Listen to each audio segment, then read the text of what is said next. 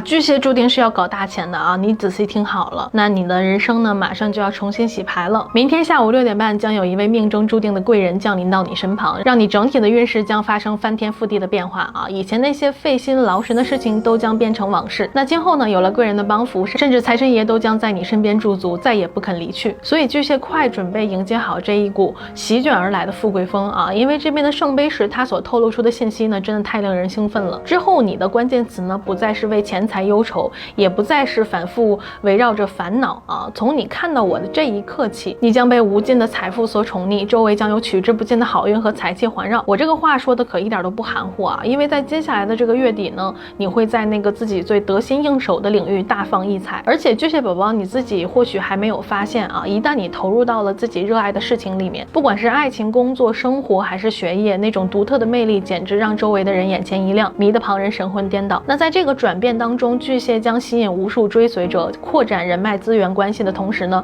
还会赢得一圈圈的绚丽的桃花。那我最近也接触到了一些巨蟹宝宝啊，就是最近有过那些让人疲惫不堪的家庭纠纷，或者需要勇敢的面对另一半的离别啊，我们的心中种种的幻想好像不断的被现实给粉碎了。但这个就是转折点，巨蟹呢似乎就是要在这个时候开启积极提升自己，学习一些新知识，扩大交际圈，或者全心投入到自己的事业当中，给自己定下一个目标。不过接下去的这张圣杯十的逆位呢，就代表说我们虽然摆脱了之前感情的束缚啊，却也回到了这个圣杯九的状态。也就是说，我们的心态在受过伤害之后呢，就变成了一座高塔，紧闭了大门啊，我们变得难以让别的感情去进入。而且我们巨蟹也会察觉到，尽管周遭可能围绕着不少的追求者和桃花，但是内心深处呢，我们却没有办法真正的去信任他们，就像是站在高处冰冷的城墙上，俯瞰着那些企图接近的人们，迟迟不肯放下心里的防备。不过呢，哪怕巨蟹在这段感情的漩涡当中感受孤单，时间一久啊，内心深处自然也会焕发出对爱的渴望，对吧？特别是在未来的这1个月啊，又有很多桃花姗姗来迟，那巨蟹可能就会在无意之间跌跌撞撞的走进那些选择的迷宫当中，然后突然又意识到这个可能又是一个错误的开始，那些怎么看起来好像都是烂桃花而已，对吧？所以呢，我觉得巨蟹宝宝们并不是缺少选择，而是缺少那份勇气去真心投入。因为我知道巨蟹一直在渴望恋爱的温暖，那个对方呢也是同样的想法啊。现在呢，问题不在于巨蟹不想去爱，而是在于我们不敢去爱。那我们在等待对方的那份真心的展现啊，巨蟹是不会再那么轻易陷入傻白甜的幻想里了。那在看到对方有真诚的行动之前，我们怎么可能轻易交出真心呢？否则的话，巨蟹只会觉得那个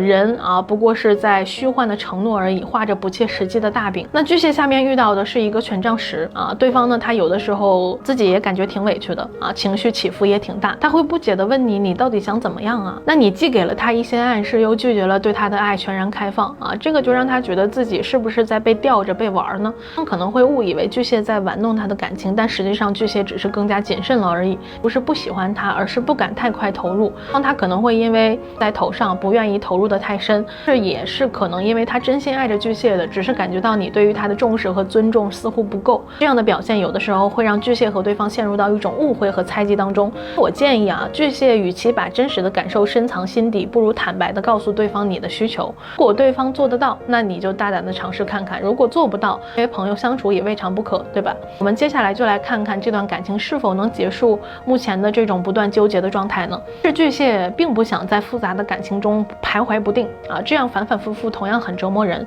后呢，我们看到这边啊，其实它是一张牌的这样的权杖十，就意味着巨蟹或许有的时候会故作神秘，想要炫耀一下自己的爱情技巧啊。实际上生活当中的压力、忙碌的工作，再加上感情上总是一厢情愿的付出、做决定、做选择、维护关系、造气氛，真的已经让巨蟹感到相当疲惫。追求的感情是想获得幸福和快乐，却不愿让自己过得这么狼狈。即使不想说放手，内心的委屈也悄然堆积啊，因为对方这边呈现的是一张皇帝的逆位牌。现在我觉得他可能是一个有自己骄傲的人，其次呢，他确实有一定的能力，是这种能力可能不是他真正的展现出来的，或许只是一种表象，不足以让巨蟹完全的信赖。觉得巨蟹在跟对方深入交往的过程中，可能你会发现皇帝呢只是对方利用华丽的外壳来吸引异性的手段，在你们一定要就是仔细的审视，看看他是不是真的像他所展现的那样单身的状态啊，以及他是否真的具备那些他所夸耀的能力的话，你们的交往或许就会陷入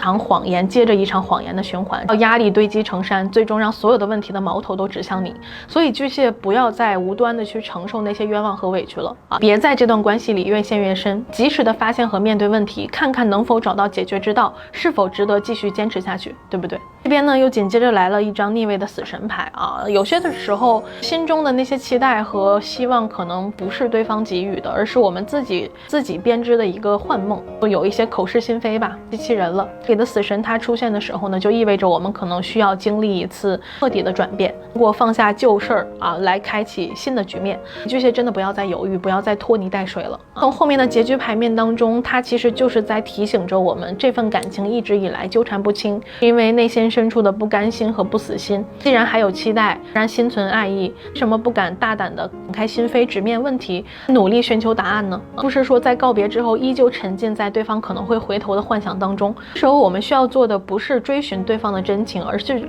审视自己的心之所向，坦诚面对自我，自觉深层的渴望，这样我们就不会无谓的去纠结，也不会给自己、给对方，甚至给未来造成更多的负担。那你们会发现，真正迷人之处从来都不是在于外在的美丽，而是骨子里的气质，有随着岁月的沉淀的灵魂。那命运由我们自己掌控，正如那些内在的宝剑啊，是我们自己挥舞的力量。